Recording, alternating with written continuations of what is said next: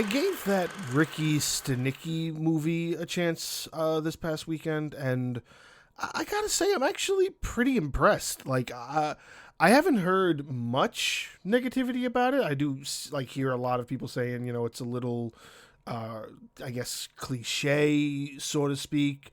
It doesn't really add much else to, I guess, the comedy realm in a way.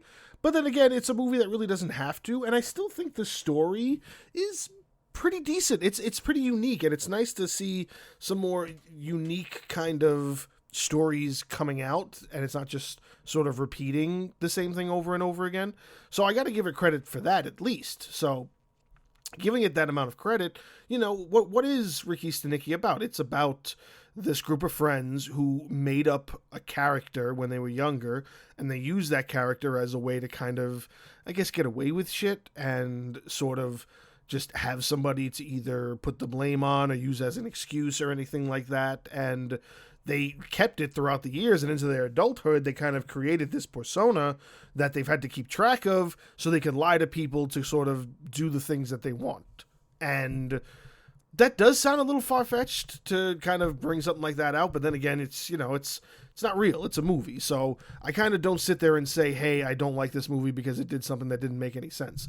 It's not supposed to make sense, especially when it comes to the idea of a comedy, and then it coming back to all backfire on them. Like, you knew that was going to happen. So, of course, what happens when it backfires on them? Well, they have to do one of two things. They either double down and continue the lie, or they fess up. And, of course, they don't fess up. So the three friends, they go out and they find this actor who they hire to get to play this character that doesn't exist and act like a real person who they've known their whole lives. And then in comes John Cena. And I don't know why, but I feel like John Cena is just untouchable right now. And I'm not even saying that as like some like wrestling fan or anything. I was an Attitude Wrestling fan. I'm not part of the Make-A-Wish wrestling era. I'm part of the Attitude era. And what I mean by the Make-A-Wish era is that era where it was like John Cena and Randy Orton and all these guys, they were all going to, it was all about, the kids and the troops and family friendliness.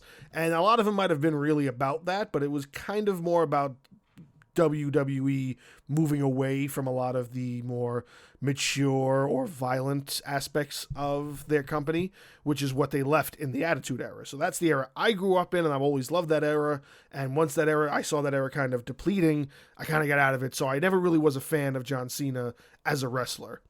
But as an actor, I can't say I've seen one thing that I have not liked him in. And I'm not saying I've seen all of his stuff, but everything I have seen that he pops up in, I find enjoyment in. And I think he does a tremendous job, and I think he seems really fun, and he seems to have a lot of fun being an actor. He doesn't take it, I guess, as seriously as most other wrestlers who become actors do. He takes it like as it comes. He goes along and he goes with the flow, and he does things that it's kind of not like that of most of the other wrestler to actors we've seen. So when you see him in this role and he's dressed as, Britney Spears, and he's making fun of like Motley Crue and doing the songs to mimic like them being about jerking off, it's hilarious because it's John Cena doing it, and he sells it.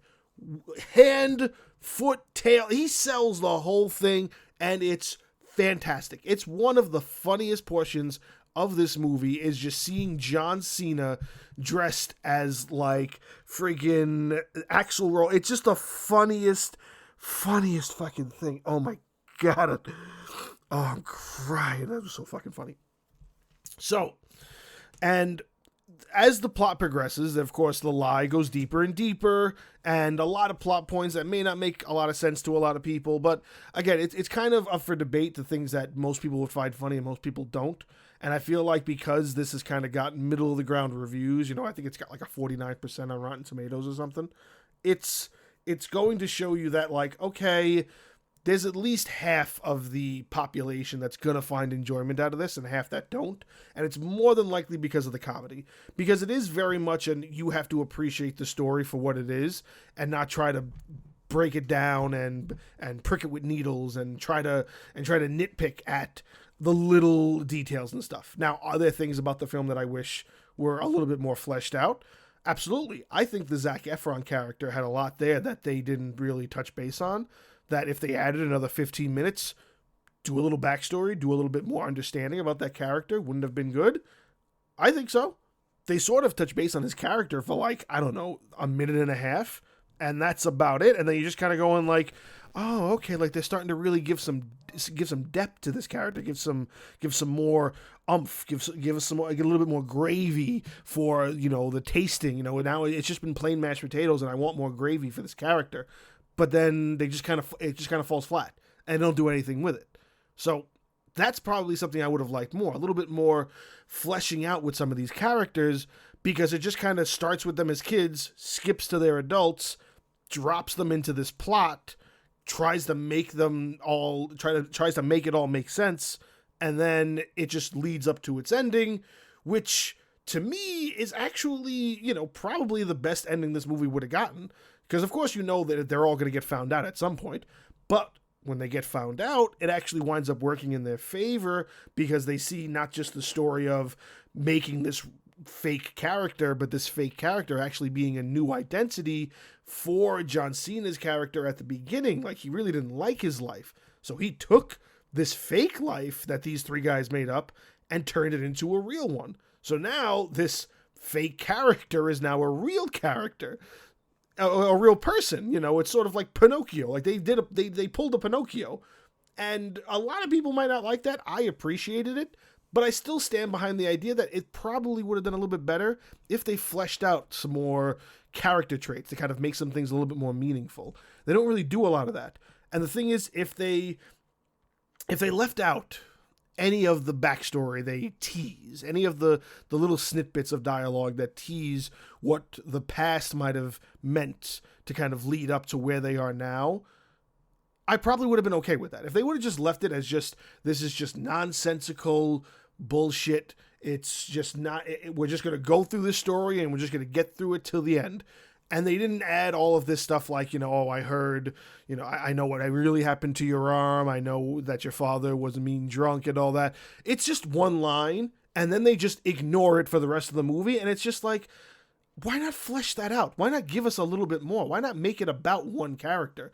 And they don't, because the point of the three friends is, one's like this, he has a baby in the beginning of the film, and he's just like this hyper dad kind of thing. This very much, what's the one stupid thing he does? And it's great because it's played by Andrew Santino, and it's great to see him in a film and just see that he has the chops for film like that. So I can't wait to see him in more films. That's going to be great if he continues it, because I love the Bad Friends podcast. I think that thing is hilarious. So I'm hoping to see more of him do that.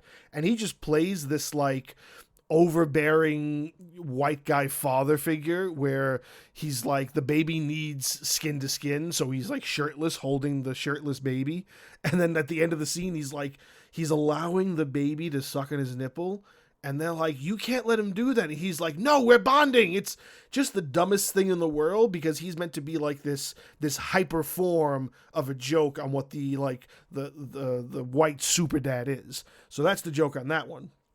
Then you have Zac Efron, who's sort of like the leader of the trio of these friends in a way, but not so much. He's just like the main focus for the majority of the film, but he's not really. They don't really dictate who is kind of the lead of the three friends. They all are kind of equals.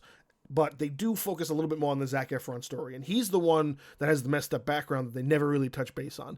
The only thing they really touch base on is the fact that he doesn't want kids. And you see them kind of teasing that throughout the film, that he doesn't want kids, and eventually you think it's going to lead to him wanting kids.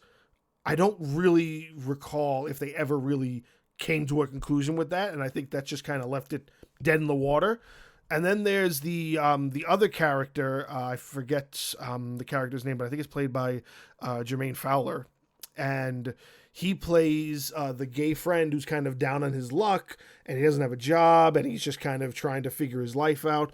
And they do a little bit more backstory-ish stuff with him, but it's more so to kind of show you how serious the John Cena character of... it's not Ricky. What's his name before he becomes Ricky. Rod.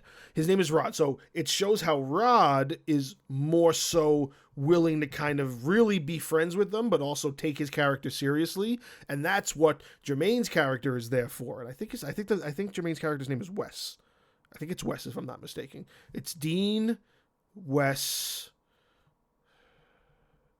AJ, TJ, AJ, TJ. I can't remember Andrew Santino's character's name, but I do remember it was Jermaine's character was Wes now. So Rod and Wes are bonding, and they do that so you can kind of have a little bit of an understanding of Jermaine's character, but also a little bit more of an understanding of Rod's character, as well as kind of just showing, hey, Rod's taking this seriously, but he's also exceeding the expectations because he's also really trying to be a human to his quote-unquote lifelong friend, or the lifelong friend of Ricky Stanicky that he's now Ricky. It's a really it's a good movie. I'm not saying it's not a good movie, and maybe I am explaining it very like piss poorly because I'm trying to remember names even though I just watched it, but it's a really good movie that's very unique, and maybe there could have been some changes to the script that I would have done, and I think a lot of people would agree with me on that